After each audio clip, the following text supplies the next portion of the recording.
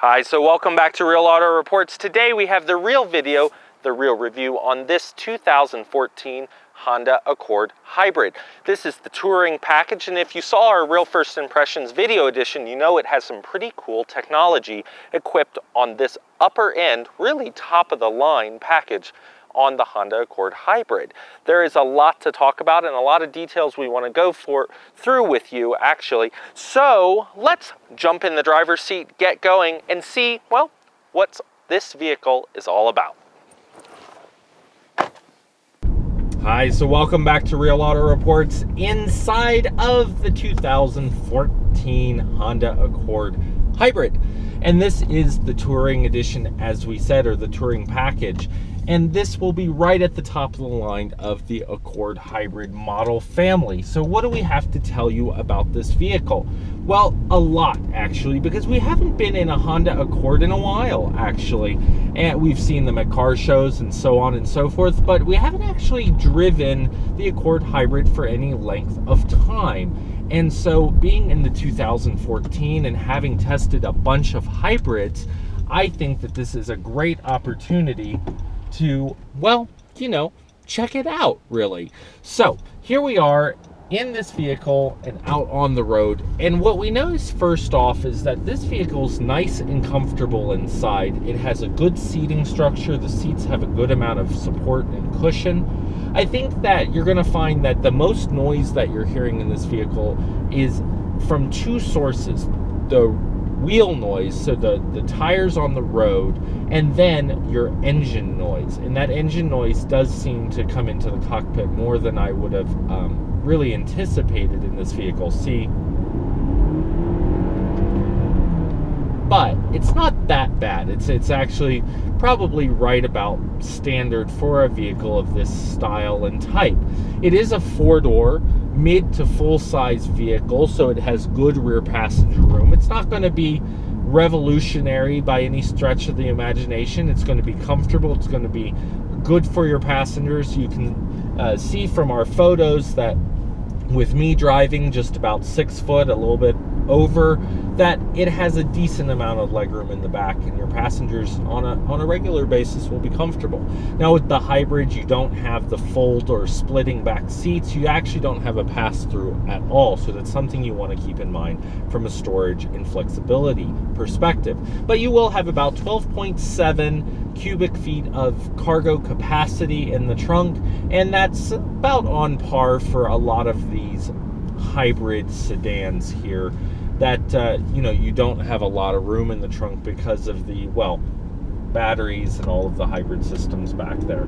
And you'll also get the nice little vents on either side of the rear seats in the back, but they don't seem to be that intrusive, and I don't think they would really make your passengers uncomfortable at all. Now, one of the other neat features, and you may have seen it pop up here, and that's really what I notice about this Honda Accord with the touring package, is all the features that it has, especially in this hybrid. And so when I turn the right turn signal on, you'll notice that the camera pops up over there, and yes, you can set that to happen or you can set it not to happen. You also have a button here on the end of the stock that'll turn it on, so you can see it come on again and my turn signal's not on. That camera there has a red line for the back of the car, a middle line, and then a far line, and that tells you where people behind you are. In fact, you can even see the car behind us there, and that is from a camera that is hanging off that right side passenger mirror. And I think this is a fantastic feature. If you were parallel parking and you wanted to use it, that would be pretty cool to see, if once you're parked, how close you are to the curb. I think it's just neat. It's a lot like that same view from the underside of the mirror that you get in the Lexus SUVs that don't quite have the around view monitor. You also get that kind of view with the around view monitor from Infiniti. But it's the first time I can remember driving a car and seeing this right mirror like this that helps you change lanes and see in your blind spot. And I think it's ingenious, and it's something I really wanted people to know in this real video, the real review. Now, some other things that I want to point out along with that camera is that in reverse you're going to have multiple views from the rear camera. So you're going to have a kind of a fisheye lens, you're going to have a more bumper down view, and then you're going to also have a pretty standard right out the back view. And I think that's pretty cool. I think it's neat that they've put all this thought into the Honda Accord. Now, the other thing that I like about this hybrid is that it has a pretty cool gauge cluster, and Honda's known for putting a lot of thought into their vehicles when it comes to the look and the feel of them. And I don't think that this vehicle is subject to any difference. It has a nice big speedometer in the center that has nice styling. It's all in a kind of a white with kind of beveled or jeweled markers along the gauge, and I like that. The pointer kind of floats around the center computer display that is color, that tells you about things like your adaptive cruise control, your trip computer, your odometer, obviously, your temperature outside, and all of the EV and or hybrid features from a green driving perspective, and also your trip computer from a, you know, miles per gallon left, average fuel economy, and things like that. Of course, you also have your gauge on the left that has your gear that you're in, as well as your power versus charge, your ready light, and your green, your eco on light, or your econ button, which is the little plant symbol, which is like the eco mode in the Toyota Camrys. I like this vehicle a lot. I think they've laid it out well. You also have your battery level over on the right here, and your fuel gauge. And then, of course, you have your entertainment in this vehicle, which is a large screen here with the hood over it, so you don't get the sun glare. There's a lot of sunshine right now here in Denver, which we're not going to complain about. A little challenging to do the recordings with, but definitely nice to see that the screen does not get obscured. And how do you use that screen? Well, you have this dial here in the center console, so you can see that a lot of the Japanese manufacturers, like Infiniti, are going to what the Germans have been going solely to, which is no touch screen whatsoever. And in this vehicle, it is interesting because they haven't gotten away from it completely, because, well, they don't want you to have to dial down here all the time, and they don't want to have to put a ton of redundant controls up here. You have your dual climate control, obviously, with your redundant controls, and you have your navigation and your audio and everything that you can control from down here with the dial and the joystick. But you also have this little touch screen in the middle, and you can see you've got your source button. I can change the channel, and those are your presets right there, and they are a digital color touch screen. And I think that is pretty darn cool. It's something that if you go and you look at the newer RL from Acura, which is going to be a Honda family brand, then you're going to see similar stuff. And you can see our quick impressions on that from the RMDE last year here in Colorado, the Rocky Mountain Driving Experience. I think you'll see some of this technology is carrying over into the Accord. And for 2014, this Accord really has surprised me. I like vehicles a lot. I love cars. I love to see what they're doing. And what I like about this Accord is that there's a ton of technology in it, yet you feel like you've got the quality and the attention to detail that you've always gotten out of a Honda. And you still have innovation happening in terms of, you have the flashing light up on the dash that projects up onto the windshield to warn you about crash avoidance. You also have adaptive cruise, which works really well. And the styling of the buttons and just the quality and the feel of things, the memory seats with the light next to it to show you that you are indeed in the first memory position. There's no guessing. It's just a nice little light to let you know that it's happening.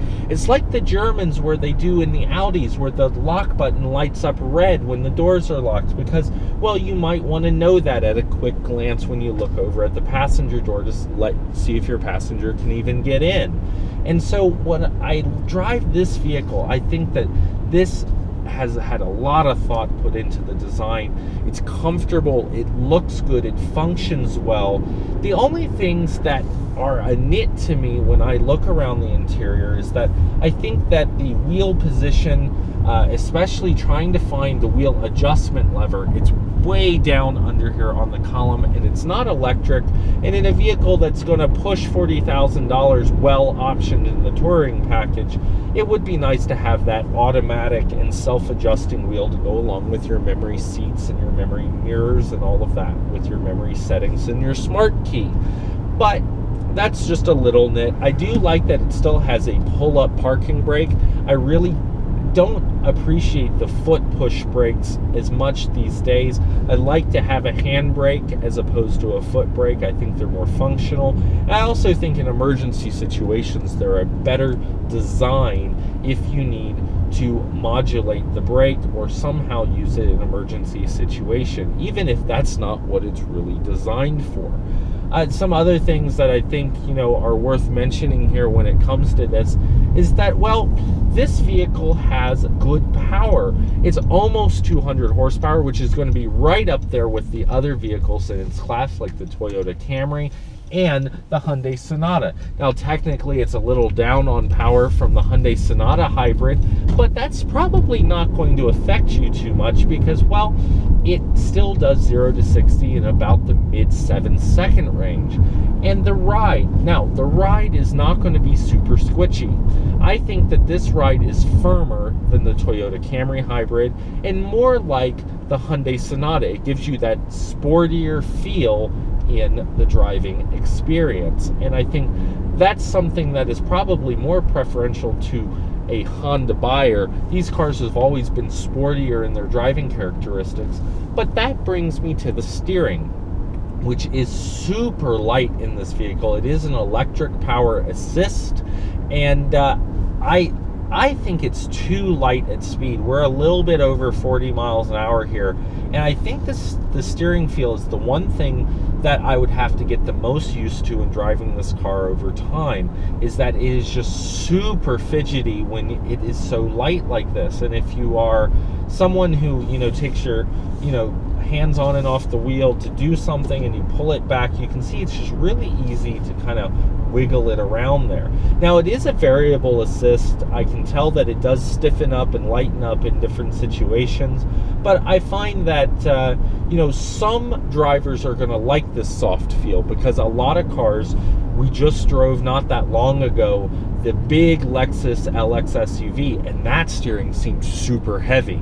So I think there's definitely manufacturers that do better at the variability of these type of systems, and the one that really comes to mind is Audi with their super light and fast power steering when it comes to the electric power steering when it's sitting still, and then weights up really nicely from a driving perspective when you're driving out on the road. Now, what's interesting about this light electric assist is that the center feel does not actually feel floaty or numb. It actually weights up when you start to wiggle the wheel around so that you don't get that numb feeling. I think it's just a little quick. All in all, though, I really like this Honda Accord hybrid. I think the miles per gallon at 50 miles per gallon in town, 47 combined, and about 45 out on the freeway is amazing for a vehicle like this that has good driving characteristics and feels kind of sporty in a sense, but still gives you great economy in town. And if you are an urban driver, that's what you're looking for. Now, is it better or worse than the Toyota Camry? When you get down to a few miles per gallon difference, even with the Hyundai Sonata, it becomes more about if you like the styling, the way it drives, the comfort. And to be honest with you, of all the vehicles, I leaned to the Hyundai Sonata more from the Camry because I like its bold styling, I like its coupe-like roof line, and I like that it's different. But when it comes to the quality and the luxury features of this touring, starting at about $35,000, this vehicle really has captured my heart, and that is pretty interesting to me because I haven't really looked at the Honda Accord in quite a while. So we'll have the real wrap-up coming up next, so make sure you stay tuned. So that's the real video, the real review on the 2014 Honda Accord Hybrid. In the touring package, it is the top of the line and starts right about that $35,000 mark. It can then be optioned up from there with neat technology, and really that's the thing that I think Honda surprised me with this vehicle. We hadn't had the pleasure of driving the Accord Hybrid in a while, and in this nice design skin that it has for 2014. We love the headlights, we love the blue around them, we love the passenger mirror, so the right-hand mirror with the camera technology, so when you turn on your turn signal, you see it up there on the big screen. It's great for blind spots and really does help even when parking. You can throw that turn signal on and see what's happening over there. I think they have really thought through a lot of the systems, and what's interesting is it really has a dual touch screen. It has the big one in the upper part of the dash, and then it has another one in the lower part of the dash in the center stack. You have your dual climate control and heated seats and all sorts of things like that, and a really cool gauge cluster for the hybrid system. It is a neat car with good power and about 200 horsepower, just a little bit below that at 196 total system horsepower, and good speed really, with 0 to 60 right in the mid 7-second range. Now of course we see a little bit of different time up here at altitude, but the good news is you're going to get 50 miles per gallon in town, and isn't that why you really buy a hybrid, is for the daily driving, normally around the urban environment. It's about a 47 mile per gallon combined, which is the other number you really want to take note of. 45 out on the freeway from a mile per gallon perspective. I think it's a great car. It's not one that I really had considered recently, and now having compared it to the Camry and the Hyundai Sonata, boy, this one to me really sticks out of the crowd because it blends that beautiful styling with a lot of technology and the fit and finish you'd expect from a high-end Japanese car company. Of course, it's a Honda, so it's going to run a really long time. So really, it's whether you like the more conservative look of a Toyota Camry or you like this more design flair of the Honda Accord, and then whether or not you're looking for value with the Hyundai Sonata. So that's the real video, the real review. I'm Jonathan McGrew. This is Real Auto Reports live from Real Auto Ranch, and we'll see you down the road.